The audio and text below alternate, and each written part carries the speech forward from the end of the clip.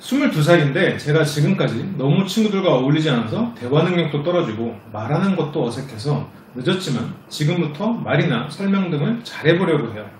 그래서 다른 영상 강의나 옛날부터 상대에게 질문을 많이 하면 상대가 좋아한다고 그것부터 시작을 하라고 했거든요.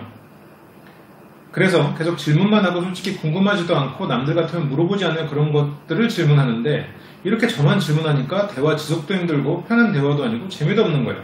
그렇다고 질문한 것들 기억나는 것도 아니고 남들 대화하는 거 보면 증명 질문 자주 안 하고 자기 말하면서 남이 말하고 그런 식으로 대화가 쭉 이어지더라고요. 또 설명을 못해서 장문이 되었네요.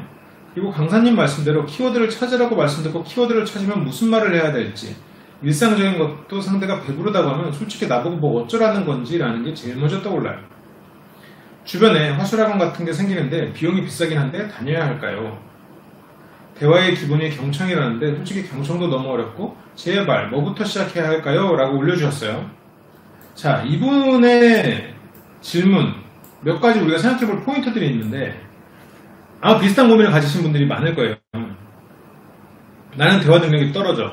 그래서 들어보니까 어디서 들어보니까 질문을 많이 하래. 그래서 질문을 많이 해. 질문을 많이 하는데 이게 나는 질문을 많이 해도 대화가 끊겨. 이러면 답답해지는 거죠. 도대체 어떻게 해야 되는지 모르겠어. 그래서 다시 또 주변을 보니까 주변 사람들은 딱히 나만큼 질문을 하려고 하지도 않아. 그럼 다시 또 이제 딜레마에 빠지는 거죠. 질문을 많이 해야 되는 거야? 말아야 되는 거야?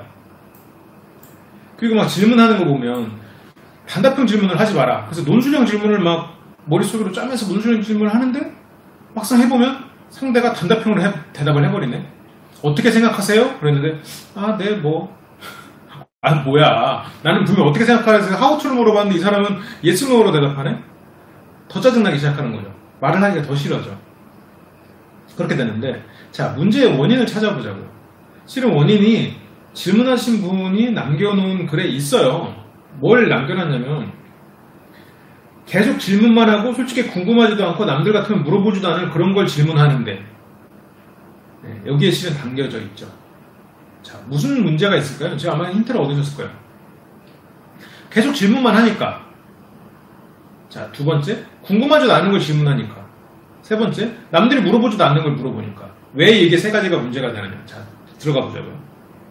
계속 질문만 한다는 거는 상대한테 정보를 요구하는 거예요. 그러면 계속 질문만 하는 와중에 정보를 주고 있나? 안 주고 있다는 얘기지. 주고 있을지도 몰라요. 상대적으로 적게 주고 있을 거란 얘기죠. 내 건 안 주면서 상대한테 달라고만 하면 상대가 안 주죠. 그러니까 우리가 정보라는 게 눈에 보이는 것도 아니고 정보를 주고받는 것을 스스로 인식하고 하는 행위가 아닐 수도 있어서 정보를 주고받는 와중에서 이게 꼭 저렇게 보상심리가 작동이 되나? 됩니다. 눈에 보이지 않아도 돼요. 괜히 저 사람이랑 말하기 불편해. 사람들은 그런 것을 인식하지 못하고 넘어가기 때문에 그냥 꼭 저 사람이랑 딱히 주는 거 없는데 미워. 괜히 그런 생각이 드는 것. 원인을 찾을 수 없지만 결과가 분명히 존재하는 것. 그것들이 실은 이런 포인트거든요. 나는 정보를 안 주면서 저 사람한테 정보를 달라고만 하면 저 사람 입장에서는 정보를 안 줍니다.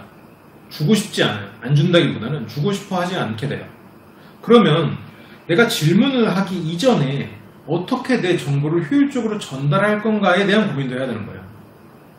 그리고 자, 이거 다음 얘기도 다시 하고. 자, 두 번째 문제. 솔직히 궁금하지도 않은 걸 질문한다. 궁금하지 않은 걸 질문하는 것까지는 오케이. 그런데 상대가 느끼기에 궁금하지 않은 걸 질문하는 것 같은 질문을 받았을 때 상대 입장에서는 어떻게 받아들일까? 왜 궁금하지도 않은 걸 물어봐요. 정도만 돼도 양반이에요. 더 나가서는 나랑 얘기하는 게 지루한가? 나랑 말하기 싫은가? 이런 생각을 하게 돼버릴 거란 말이죠. 궁금하지 않는 걸 질문할 때 요령은 아주 쉽습니다. 요령을 말하기는 쉬워요. 궁금한 척 하면 돼. 그게 어려운 거지. 그러면 결과적으로 뭘 해야 되느냐면 궁금한 걸 물어보거나 궁금한 척 해야 돼. 왜? 상대가 느끼기에 나의 질문은 정말로 필요한 것이다. 최소한 질문하는 사람 입장에서는 성심성의껏 질문했다는 느낌은 받아야 가야지. 상대적으로 생각해봐요. 질문을 받았는데 저 사람의 입장에서도 궁금하지 않고 내 입장에서도 딱히 대답하는 게 의미가 없는 것 같으면 누가 대답을 성의껏 해주겠어요? 거기다 플러스로 이 사람은 자기 정보를 나한테 준 것도 없어. 난 이 사람에 대해서 알지도 못해. 누가 하겠냐고 대답을. 거기다가 심지어 어디서 그 배운 건 있어가지고 단답형으로 하는 게 논술형으로 질문해. 길게 대답해야 되는 상황이 왔어. 더 짜증나는 거죠. 더 대답하기가 싫어지는 거죠. 그러니까 논술형 대답이 정답도 아니고 질문을 많이 하는 게 정답도 아닌 거예요. 아예 안 하는 것보단 나을 수도 있겠지만 어느 하나만 갖고는 그것을 헤쳐나갈 수가 없는 거지. 그러면 여기서 세 번째 질문. 남들 같으면 물어보지도 않을 거를 물어본다. 그러면 지금 앞에서 두 상황이에요. 저 사람이 성심껏 물어보는 것도 아니야. 진심으로 궁금해하는 것도 아니야. 두 번째, 나는 저 사람에 대해서 알지도 못해. 친하지도 않아. 친근감도 안 생겨. 그런데 어디서 듣도 보도 못한 질문을 하면 대답하기 힘들겠어요? 안 힘들겠어요? 그러면 당연히 힘들겠죠. 이것까지는 알 거란 말이야. 근데 여기서 심지어 대답하기 힘든 걸 질문한 거잖아요. 친하지도 않고 그리고 궁금하지도 않는 질문을 심지어 대답하기도 힘든 질문을 했어. 왜냐면 대답해 본 적이 없기 때문에. 그러면 누구나 대답을 잘 못하죠. 근데 그런 상황이 반복되면 그 사람과의 대화가 힘들고 불편해지게 되는 건 누구나 생각할 수 있는 부분이죠. 그래서 이렇게 생각을 하면 자연스럽게 이 사람의 질문은, 이 질문자의 질문은 상대를 힘들게 만들고 있다라는 얘기가 되는 거죠. 그러면 차라리 질문을 생각하느라고 대화를 못할 정도면 대화 중에서 할 질문을 미리 생각해놔야 돼요. 그래서 그 질문을 사람 만날 때마다 써먹는 게 차라리 나아요. 정말로 내가 이렇게까지 힘들면 그냥 할 질문들을 써놓는 거야. 이렇게 사람 만나면 이 질문 해야지. 그냥 아예 그냥 질문 리스트를 만들어 놓는 게 차라리 도움이 될 거고, 질문 리스트 같은 경우에는 이제 그 임초롱 박사의 마음을 묻히는 대화법 책에 있어요. 이런 얘기 혼자 하고 웃으면 참 민망한데 말이죠. 그리고 여기서도 상대가 어떤 말을 했을 때 나보고 뭐 어쩌라는 거지 라는 얘기를 하잖아요. 그게 이제 첫 번째 계속 질문을 한다는 거랑 좀 연관이 되는데, 상대가 배부르다, 그래서 연관되는 나의 생각이 나보고 어쩌라는 거지 있잖아요. 근데 여기서도 좀 본질적으로 찾아봐야 되는 게, 어떤 문제가 있고 나는 해결해야 된다는 강박이 있는 거예요. 강박이라고 할까요? 강박까지는 아니겠죠. 해결해야 된다는 방향으로 생각하는 거예요. 배부르니 나는 무언가를 해야 된다. 저 사람의 말을 들었으니 나는 무언가를 해야 된다 라는 생각을 하니까 나보고 뭐 어쩌라는 거지가 되는 거예요. 왜냐면 어떻게 해야 될지를 모르는 거지. 그래서 이런 식의 대화라면 차라리 나한테 뭘 시켜줬으면 좋겠어. 나한테 무언가 정보를 물어봐줬으면 좋겠어 라는 생각을 할 거예요. 내가 무언가 정답을 얻어서 말하거나 아니면 나한테 지시를 해주면 편한 거지. 왜냐면 그게 익숙하니까. 누구나 그럴 수 있어요. 실은 그런 것이 더 편한 훈련을 우리는 받아왔어. 그렇게 받아온 사람들이 많고. 그래서 중요한 건 이 사람이 배부르다고 했을 때 나한테 뭘 시킨 게 애초에 아니에요. 나한테 지시한 것도 아니고, 본인이 거기에 대해서 해결책을 찾을 필요도 없어. 해결책을 찾으려고 할 필요도 없고, 대화에서는 상대한테 해결책을 찾아주려고 하는 게 아니에요. 근데 많은 사람들이 대화를 하면서 상대한테 조언을 주고 싶고 해결책을 찾고 싶어요. 차라리 상대한테 조언을 물어보는 게 나아요. 상대한테 그 역할을 넘겨주는 게 나아요. 상대한테 해결책을 제시할 수 있게. 배고프다 그러면 그 사람이 이미 배고픈 상황에 대해서 물어보는 거예요. 왜 배가 고픈지, 아니면 뭐 먹고 싶은 게 있는 건지, 여러 가지, 아니면 그 전에 먹었던 끼니가 부실했는지, 여러 가지를 물어볼 수 있을 거 아니에요. 아니면 뭐 요즘에 좀 날씬해진 것 같은데 혹시 다이어트 중에 하라고 물어볼 수도 있겠지. 아니어도 그만이지. 여러 가지 정보를 섞어서 배부르네 라고 했으면 좀 맛있는 거 먹어서 배부른 건지, 뭐 약간 기분이 상해서 그러면 왜 배부른데 왜 이렇게 표정이 안 좋아? 라고 물어볼 수도 있는 거고. 이 사람의 말에서 얻은 정보를 가지고 조합해서 말을 해야지, 거기서 이 사람이 뭔가 정보를 듣는데 나는 해결책을 생각하고 있으면 대화가 안 돼. 상대가 원하는 것도 아니고, 그리고 또 막상 또 할 말은 또 질문을 하고 있고 이러면 상대를 불편하게 만드는 거죠. 그래서 좀 정리를 해보자면, 일단 계속 질문만 하는 건 답이 아니에요. 질문의 힘이다 여러 가지가 있지만, 질문이 힘을 갖는 이유는 맥락을 읽은 질문을 하면 힘을 얻어요. 그 질문이. 왜냐면 상대가 말하고 싶은 것을 말하게 하는, 말할 수 있도록 기회를 주는 혹은 상대의 사고를 열어주는 그런 방향으로는 굉장히 위력적이죠.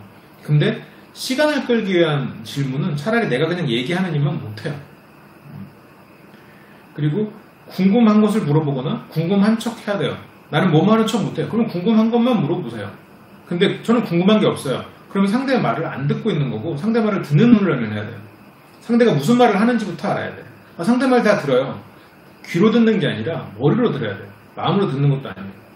마음으로 듣는 건 그 사람이 무슨 느낌을 갖고 있나, 어떤 감정을 갖고 있나를 읽어내는 건데 저 사람이 어떤 정보를 주는가를 머리로 생각해야 돼요. 그래서 그 정보 중에서 어떤 정보를 가지고 선별해서 나는 질문을 할 건가를 생각해야 돼요. 근데 어떻게 보면 이 이야기는 감정을 잘 읽는 사람에게는 조금 방향성이 다른 조언일 수도 있어요.